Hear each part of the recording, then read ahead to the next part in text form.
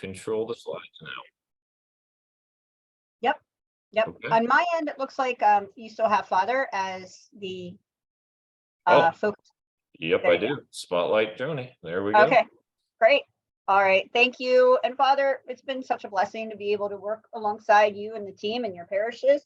Really appreciate your insight, and hopefully I'm going to approach a little bit more of the business side of it, bringing out the fundraiser side that I carry. And hopefully it'll kind of tie in and put it in perspective. But one of the things that I've been really talking about, and I apologize if some of you have seen these slides, but they have a lot of traction and have started a lot of conversation, is talking about how different generations are giving. I think we need to be aware of what's happening in our society in the philanthropic space. So I am going to dive into that a little bit. So I have quite a bit of information. My slides are always heavy because I want you to be able to take them back with you and share them with other parties. So I'm going to go ahead and jump in, but let me see here, Matt. All right, there we go. Perfect. All right, first thing Father alluded to that I like to talk about is what is happening with philanthropic giving. If you heard me, you know this is one of my staple slides. I update it every year. I'm sitting on my fingers waiting anxiously for the 2022 report from Giving USA. It's a 50 plus year report that highlights and identifies what's going on with philanthropic giving in the United States. So if you haven't put your hands on it, I highly recommend that you do. There is a large section, of course, dedicated to religious giving as a whole. But the report is coming out on June 20th, and we'll probably have some follow-up insights and webinars this summer. So be on the lookout for that to kind of focus on what we heard. But what we can talk about is what happened in 2021. 2022 comes out in June. We know philanthropic giving as a whole is growing, and it grew almost 10% during the height of the pandemic. So when people say nobody has any more money to give, it's a lie. They are giving. People are very generous, continue to be, but it's going to other sectors. Religion is held on as the whole piece of the pie, about 27%, 28% the past couple years. That's a blessing. But look at 1966, it was 46%. That just continues to mean that we have more competition. There's over 1.5 million 501c3 in the United States alone. That's our competition. And we need to be aware and in this philanthropic space, but again, under the context of Catholic giving and stewardship practices. And we'll talk, a little bit more about what that is. I don't think this is going to change this term of dollars up, donors down. We've been talking about this for the past couple years. I will say a blessing that I've heard from parishes and dioceses, their decline of givers, where it was in the past 3 or 4 years, like significant amounts of decline of givers, has seemed to level off. So we're not seeing that 4,000 and 5,000 and 6,000 loss of givers that we were talking about probably 2 and 3 years ago. In most cases, we are still losing, but at a little bit of a slower trend. But what continues to happen is those that are giving more. And we're still continuing to see that. But I'm very nervous about that. That's not sustainable, right? These people are going to get to their max capacity in giving. If we're not cultivating giving from others, when we lose these most generous givers, who's going to backfill their level of giving? And you know it too at your diocese. If you have somebody that gives $25,000 to the annual appeal and then they pass away, how are you backfilling that $25,000? That's very difficult to do. And the same thing in a parish. If you have somebody that's giving $3,000 annually to the Sunday offertory and they lose that person, how are they backfilling? And that's why we have to create an environment of cultivation, and that's applying fundraising practices and principles, but under the context of the Catholic Church. And we'll talk a little bit more about that in just a few minutes. So let's talk about these generations. This is a great slide, just pinpointing the different generations and what their names are. The silent phase, I always called the World War II generation, but they have an official name. So we're going to talk a little bit about the silent, the boomers, the Gen X, the millennials, and the Gen Zs. And, kind of dig into each one of them. I don't know what happened, Matt, but if you're able to, let's go back to silent. There we go. I'm not sure if that's your me. Okay, just a snapshot of what is in our philanthropic space in these age groups in the US. There's about 27 million silent, and their average gift is $1,400 roughly a year. They give to 6 charities or more. Religion is number one on that list. Without question, without fail, very significant givers to religion. Then our next group are the baby boomers. Baby boomers, we have more. There's 51 million, still significant givers, over $1,200 annually to charity. 5 charities, religion is still a very major focus in their lives as well. Then we have the Gen X's. Now there's 40 million of these folks, and look what just happened. That average gift just got cut in half from what the silent phase gave. The number of charities is reducing. Religion is still on the list, but it's starting to have less precedence and it's lower on their focus. Now, the millennials, their gift now average is under $500 a year. Less charities, and look at that, religion has fallen off the list. And they're giving to causes over institutions. We're going to talk about that in just a second, and focused on human rights. And then lastly, the Gen Z. This is today's generation. Their average gift continues to be under 500. Religion isn't on that list. They require trust, social causes, and a better world. And I know that these two groups, the millennials and the Gen Zs, are what we're somewhat focused on. How do we engage them? Matt, I think you're moving me. All right, let's see here. I was trying to admit somebody to the room and I accidentally took control. Sorry, Joanie. All right. Can you get me to the next slide? Yep, gotcha. All right, and then I don't know if you're going to give it back, but let me know. You got So it. let's talk about these two groups and what they look like. So the millennials are young families. They've got young kids, possibly double incomes. They want to give to organizations that reflect their values. Young families, change, cause, again, over institution type giving. And they're going to research organizations before giving to them. And then we have the Gen Zs. They're spontaneous. These are our change makers. If anything, if you think about the silent and the baby boomer generation, people really, kind of did not embrace change. There was a roadblock. No, just keep things the way they are.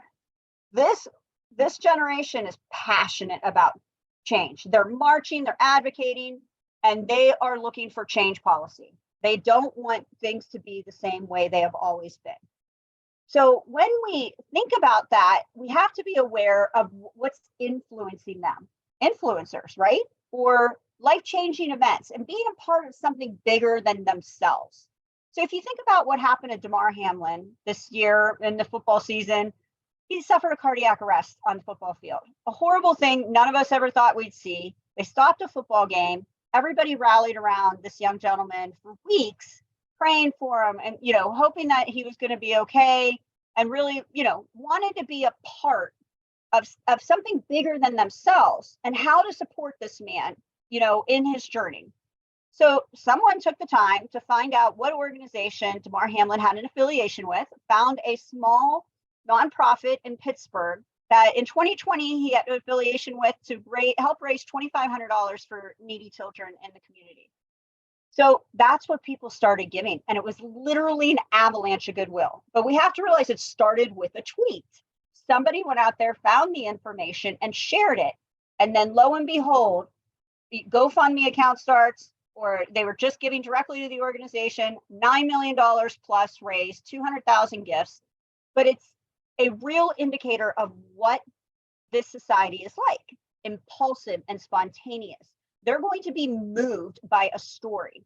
And we need to be aware of that because we don't do a very good job of marketing and telling stories in the Catholic Church. I'm being brutally honest, but it's true. We also have to realize this group, if you're not aware of it, please be aware of it, is going to inherit a huge sum of money. The baby boomers are literally sitting on what's called the Great Wealth Transfer, $30 trillion or more. So in the next 10 to 20, maybe 30 years, these younger generations are going to inherit that money from their parents. What are they going to do with it? And are we going to be relevant to them so that they look at us, the Catholic Church, as an organization that they want to support. And quite frankly, they won't if we're not present and if we're not telling our story. I've got a few slides here that talk about marketing. I'm not a marketer. I'm a storyteller. I'm going to tell you a story right now. I don't know if this is a good or bad thing, but this Saturday I get to go to a Taylor Swift concert. I'm taking my son and both my son's girlfriends. So 3 20-year-olds going to Taylor Swift. And for months, there's been a build up to this. I mean, to me, it's just another concert. I'm just making sure that they stay alive in an arena with 70,000 people. That's truly the only reason I'm going. But all I hear about is, what am I wearing? And about the bracelets. You know, I just learned about the bracelets a couple weeks ago. So I decided to read about it. Now, you know, I think we should consider hiring Taylor Swift or her marketing firm for the Catholic Church, because she is a master marketer. And that's what she does. If you think about, she's taking her people who she's influencing on a journey, and they want to be a part of that, and they want to be a part of something bigger than themselves. And these bracelets are not a bad thing. They're actually a good thing. These kids are coming together, getting off their phones. They're sitting there making bracelets. They're taking hundreds with them, and then they're sharing them and swapping them at the concert, and then displaying the ones that they have. And it's a little thing to remind them of the people they met and, you know, the enjoyment they had at that concert. But if we look at that, just looking at the way that information is shared, this younger generation follows, right? They're following people on Twitter, they're following people on Facebook, Instagram, podcasts, YouTube channels, reels. Are we, the Catholic Church, present in those ways to bring them along in a journey alongside us? And sadly, we're not in many, many cases. We're kind of stuck to that bulletin, which I have a love and a hate relationship with. It's not the only way we should be sharing content. What is put in that bulletin is sometimes just white noise. We have to be making sure that we're utilizing these other mediums to share information. And we need to be using it to tell stories. We have to be making impressions. We have to be sharing it multiple times. We have to be having other people help with the witness of it. It should not always fall on our pastors and just, you know, our clergy. But we all have ownership of our parishes and what happens there if we thrive or die. Because quite frankly, pastors are our visitors.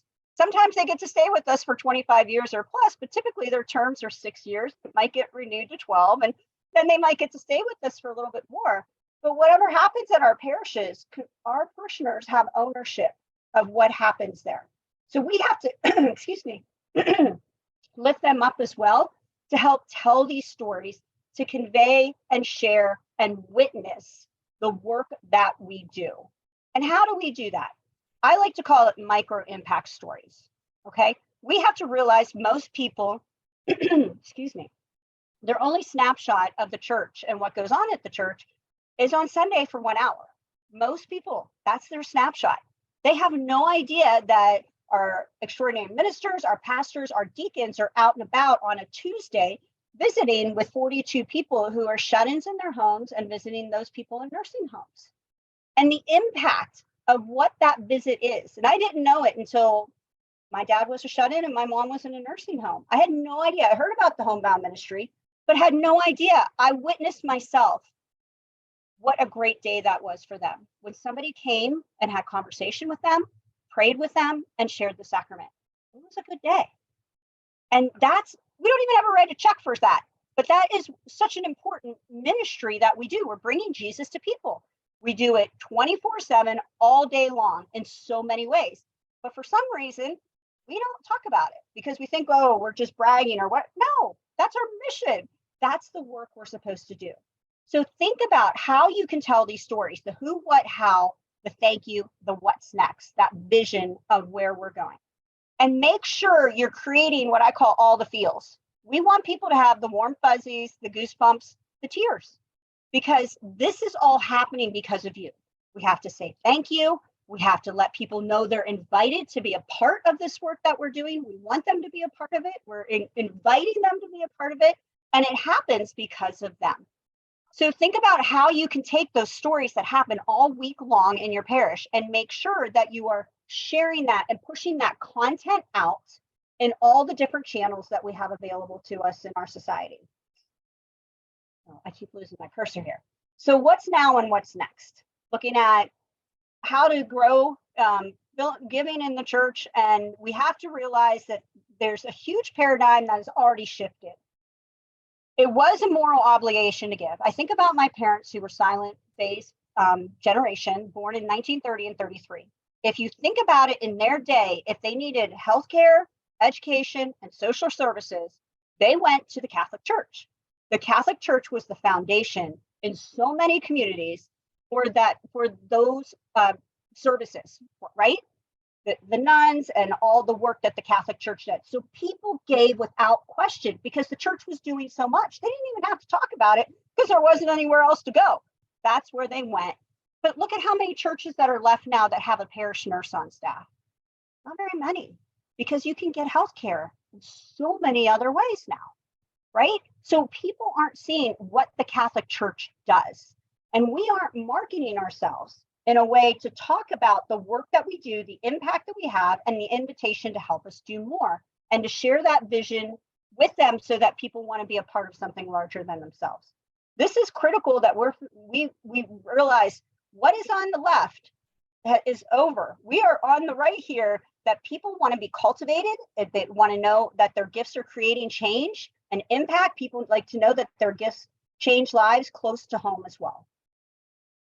All right, we in 2010 were most of us exposed to this study that was done by the University of Notre Dame and the Institute for Church, and it was Unleashing Catholic Generosity. It is 13 years old.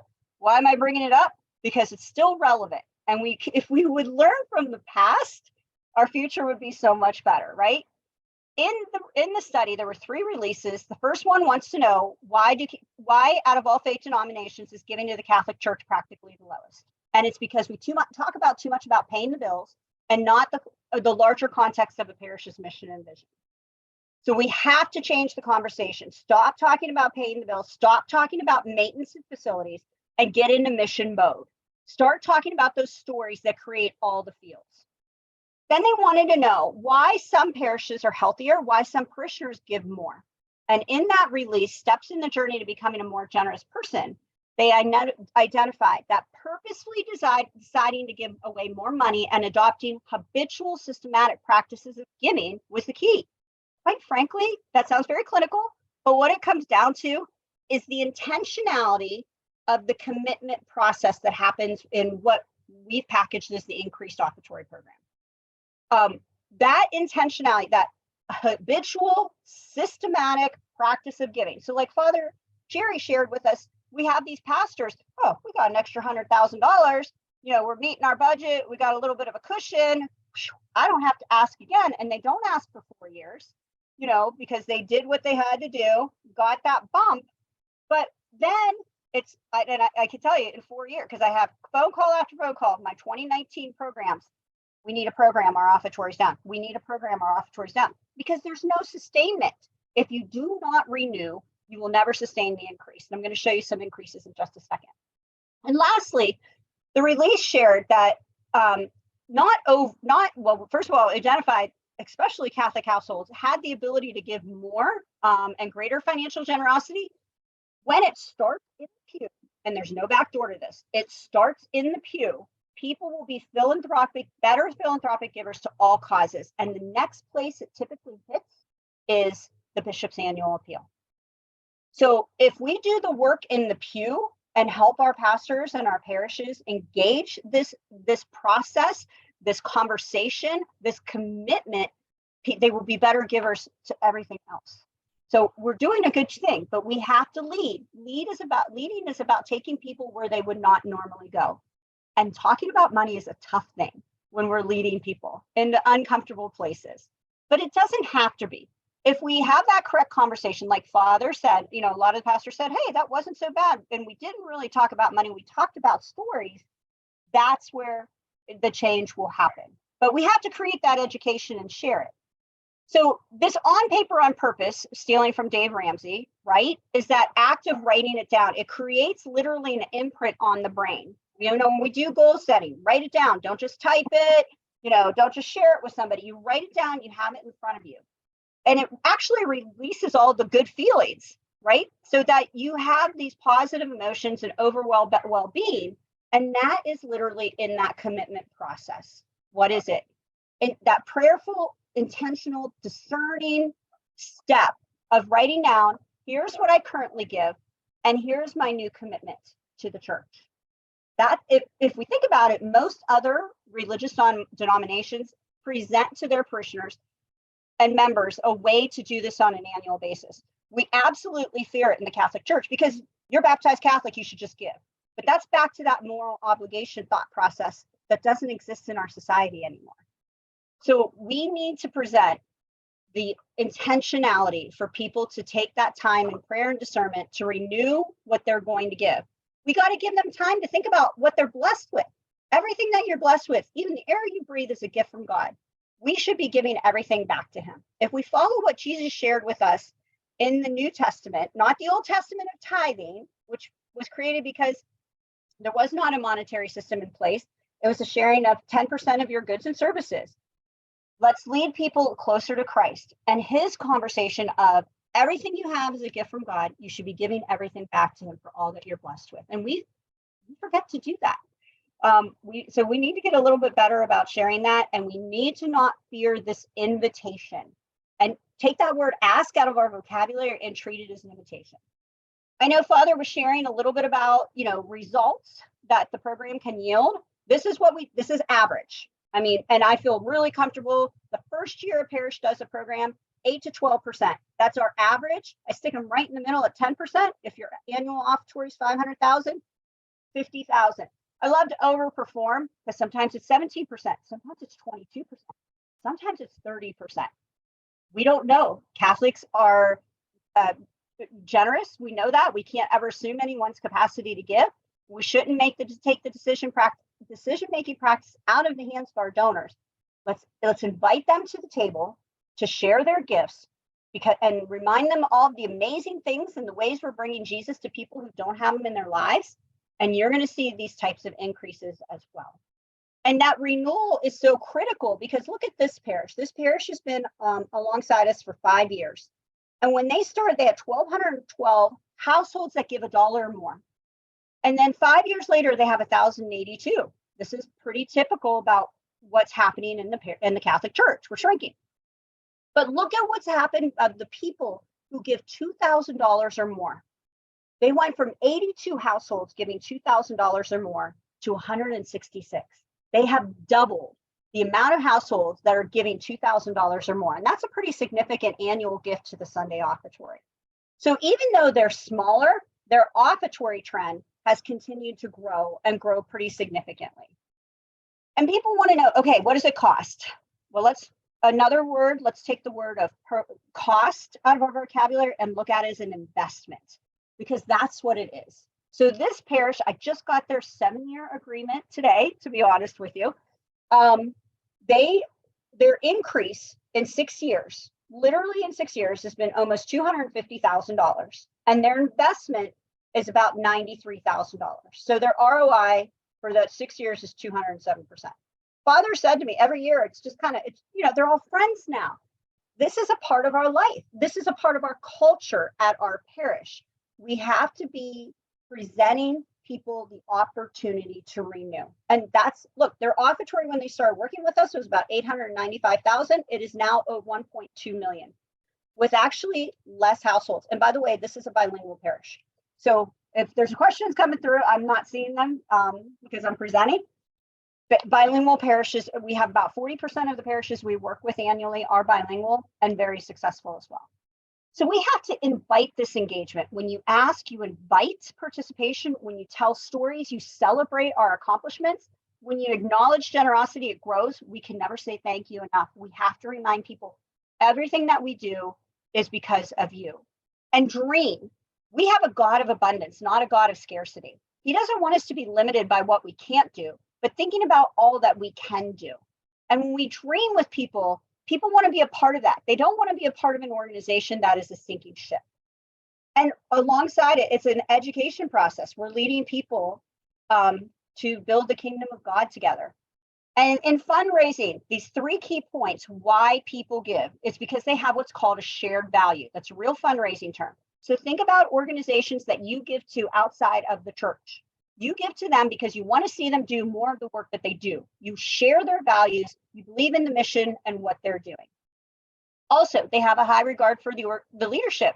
Again, if we have this sinking ship mentality, people aren't going to rally around that. Even if we are challenged financially, but we dream, we're mission focused, we're Christ centered, we're doing his work. We might be swimming uphill, in the deep end of the pool for a little bit, but that will take shape and people will rally and want to see us do more. And then you're going to have that abundance. I love getting to the point where I'm working with a church, thinking about how to spend the money, because we're not built just because we're a 501c3. We're not built just to meet our budget. Think about if we had the resources to do more of God's work, we could implement those programs to bring younger folks to the church, right? That's what I always hear. But we don't have any young folks at the church, Joanie, or we have very limited. Well, what are you doing to invite them? Do you have the staff in place, youth ministers and youth programs and family programs to bring people together like that? And most of the times we don't. So then we start getting distracted. Well, we have to bring more people into the church, but you don't have any money to truly communicate it and have a communications person on staff so that they are sharing that content across all channels and helping tell that story. So that's what we continue to get into a place, kind of like I equated to, when a young couple is deciding to start a family, when is the perfect time to get pregnant? Well, do we have enough money in place? Are the jobs aligned? Do we have the care in place? And so we just kind of put things on hold and we don't take that risk. It's a fear. And the fear is the devil at work. So that's what happens a lot in the Catholic Church, that people are resistant to do something like this because we don't have everything in place. During the pandemic, well, we had to wait for people to come back. And then finally, after a year, I think people were like, okay, this is who's coming back. Well, now we need to get more people involved because we don't have people involved. And so we just keep putting these roadblocks in front of us where we're really, truly missing out. We need resources to do his work. Until the needy are clothed and the hungry are fed and the gospel spread to the ends of the earth, we're going to need resources to do God's work. And we need to bring people closer to Christ. I'm worried about what's happening with the Sunday offertory, because I know these younger generations like to give once a year. And I'm talking at the beginning of the year. We know we're getting those end of year gifts, and those are stocks and IRAs, and are those kind of charitable funds from those boomers and silent folks. But this younger generation, they don't care if you're supposed to give every week. They're like, no, here's my check once a year for the church. And it also, then we are dealing with more of this impulsive and not those. What we need is those plan givers. So we have to be careful that we are cultivating people in the right way, sharing the good news with them and inviting them closer to Christ. And Henri Nouwen, if you don't know Spirituality of Fundraising, please pick up a copy. I think last year was the 25th anniversary of the publication, but he says it so well.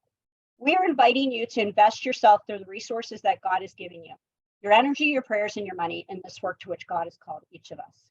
So I'm going to take questions. Thank you. Is there anything that I may have missed, Matt, that people want to chat about? No, let me jump in here. I'll grab this back. Sorry, I was in the middle there when I grabbed the mouse from you. I was answering questions as they went along. So, yes, we will be, recordings and handouts will be available for everybody. So you can share this with those that weren't able to attend today. Thanks, Paul, for dropping in. There's actually an article. NCR Online had what the Catholic Church could learn from Taylor Swift marketing, Joanie. So, good idea. There's an article in the chat about that. I remember seeing that headline, and my daughter-in-law just went to Chicago to see the concert. I was kind of concerned she was going to get back from there myself, but she made it. So that's just a wild momentum that's created around those concerts and all that effort. So, but master marketer. I mean, yeah. Good for, and it's not just her. She's got a team. Oh, yeah. But the things that it's the influencing and bringing people along. And that's what we need to do. We need to be master marketers. We need to tell those stories. People talk about when you might have a nun or a brother come in to do those annual mission stories. Typically they happen in the fall, and they come in, and what are they doing for the 30 or 40 minutes when they take over your homily for the week? for that week. They're telling stories. They're really bringing you along in that storytelling journey about the work that they do, about the organization, about how they're changing lives. And then what happens next? You pass the basket.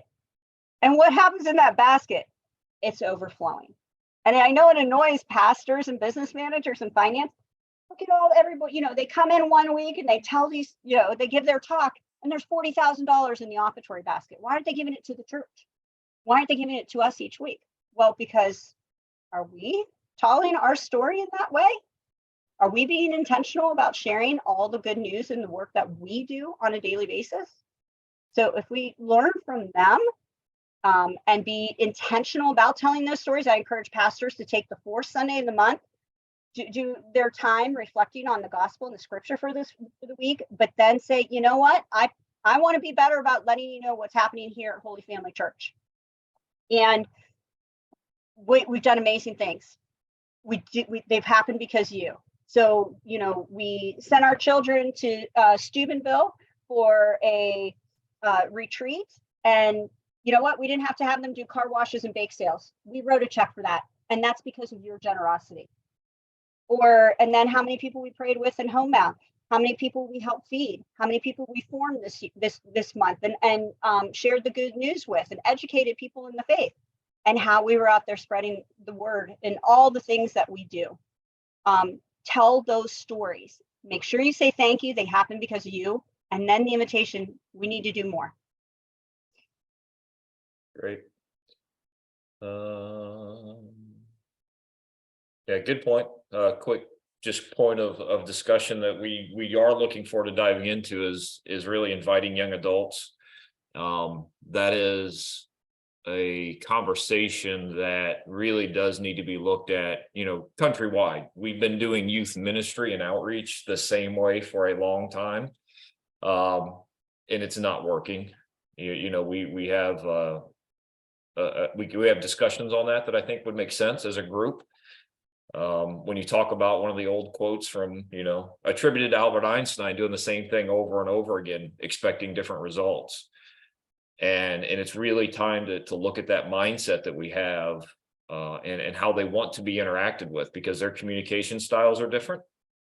As Joanie, kind of talked about, I think the generational attraction to different media, not just social media, they actually like direct mail too. Mm-hmm. So we have to think about ways that we can get visually in front of them through multiple impressions.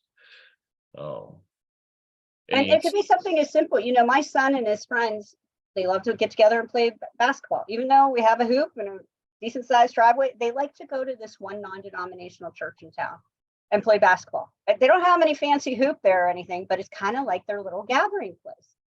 And my son tells me that almost every time that they're there playing basketball, the pastor comes out and engages with them, shoots some hoops with them, talks to them about coming to church there. Maybe we should put some basketball hoops in our parking lots.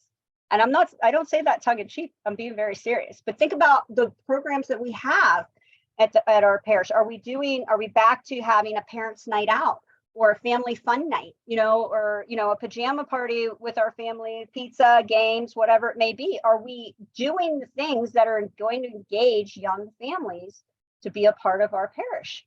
And a lot of times the answer is no. And then it comes back to, we don't have money to do those programs or to have somebody lead them. It all comes back to needing the resources, time, talent, and treasure. That's what stewardship is the hands and feet of doing God's work and the sharing of our sacrifice and our generosity to help make that happen. Great. Thank you. Thanks, everyone. Questions? Yeah, thanks, Joanie. So I am getting you all set up into some breakout rooms, and we will take a few minutes here at the end of today. We'll get into breakout rooms for about 10 or 15 minutes. Feel free to stay in there. You can come back to the main room and we can just chat. Let me make sure I've got everybody in these real quick. Try to even them out a little bit. There we go. But yeah, if there's nothing else here, we will send everybody into breakout rooms. Like I said, about 15 minutes. I know we're running in just about, it'll just bring us back. At the end, we'll do some agenda items for tomorrow, and Rich Fisher will close us in prayer. So the discussions are really going to be around, did you hear anything particular at either one of the sessions? And is there anything further that you would like? There'll be OSB representatives in each room that will be able to talk with you and take those insights. So I am going to see you all in a few minutes. There we go, I believe.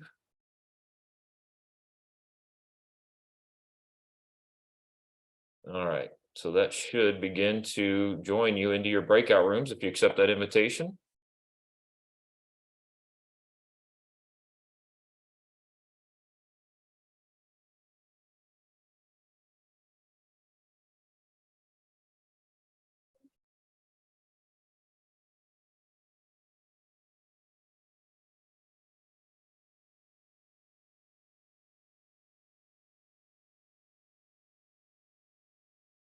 Did you get into one there?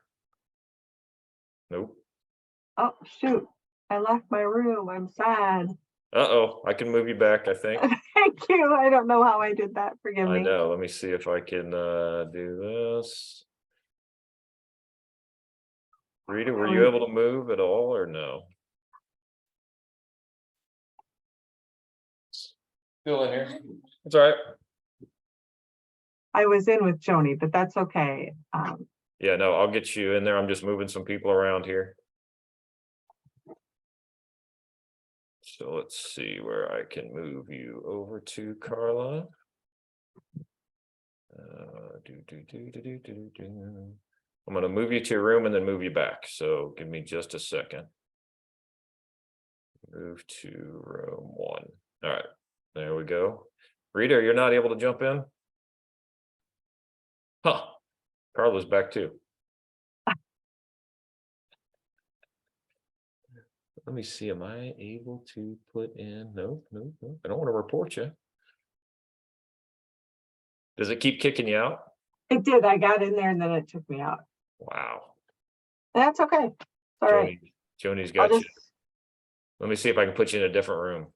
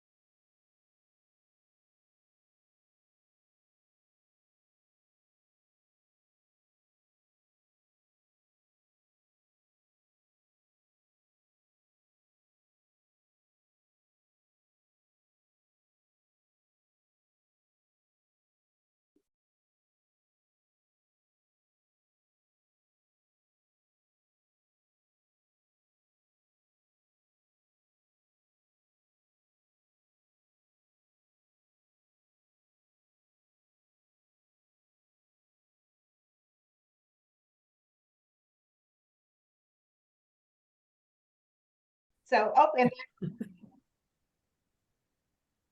so interested to hear what your thoughts were. Sue, you're first in line here. Do you feel like the parishes in San Jose have a stewardship model and are inviting people to give to Sunday offertory? I think like most dioceses, we have some that are and some that aren't. I think they're getting that notion a little better slowly by slowly. I was happy to hear the talk of the follow-up programs because it seems before it was like a one and done, and then of course it starts declining again, and the pastors start feeling hopeless. So I think that's a key component of this offertory increase is the follow-up, because we all know that it's not a one and done. It's an ongoing process. So And I wholeheartedly agree with you, Sue. And we're really working now more than ever for parishes to understand and have an offering that may not be. If one of the parishes within this pastorate is struggling to meet their goal, and let's say another parish in this pastorate has surpassed their goal, well, then the pastorate as a whole could potentially actually meet their goal because the overage can be shared within the pastorate. And then we have an option as well, where if everybody, the entire pastorate is completely over goal and you have an overage, and every parish, of course, has met the goal, then that overage could potentially go into an overage fund to help maybe another pastorate in the diocese that is struggling. So that has worked out really well. And then, of course, at the parish level, they used to have dovetail options when they would run their capital campaigns, or I'm sorry, forgive me, their increased offertory that they, could be using for other purposes. So we've had a lot of change in the last few years, but we're getting there, and we're really, I think, doing a great job of telling the story. I think that was something that in years past might have been lacking, but there's been a lot of effort at the diocesan level and the parish level to transition that mode of thinking of obligation into more of the relationship storytelling. And like Father was mentioning earlier today, it's not an ask, it's an invitation, really just inviting that participation, inviting folks to be a part of the mission. And I know, especially as a millennial myself, I can attest that that is really important. And then now I'm in the role now trying to learn the Gen Z. I'm learning a lot.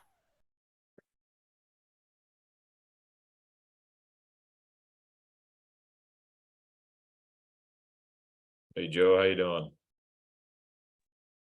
Not too bad. My computer kind of decided to stop Yeah. working for me for a few minutes there. Oh yeah, I know. I've been watching people trying to admit folks and popping in and out, and I don't know if Zoom's having fun or what. So I don't know, but I let it breathe for a little bit and then pop back in. So yeah, good. A lot of good stuff, that's for sure. yeah, I told seems to be Sharon going well. we need to do this once a quarter, just a gathering and topical discussions. And even if it's a half-hour breakout room, sometimes those are the best discussions we get, and Right. for those and go through there. So I don't know what this brought. I need to play with Zoom a little bit more. There's some features in here I hadn't seen before. Yeah. Where did that button come from and what does it do? But I'm not going to play with it right now. Yeah. Ends the whole meeting. Yeah, exactly. It starts broadcasting it to the whole world or something weird. There you go. I'm just glad my hotel internet's hung on here and hasn't been a problem. So Oh wow, yeah. I think Sometimes it's like a hotel 9 meg speed or something. It's yeah, really enough. So, sharing it with everyone in the hotel. yeah,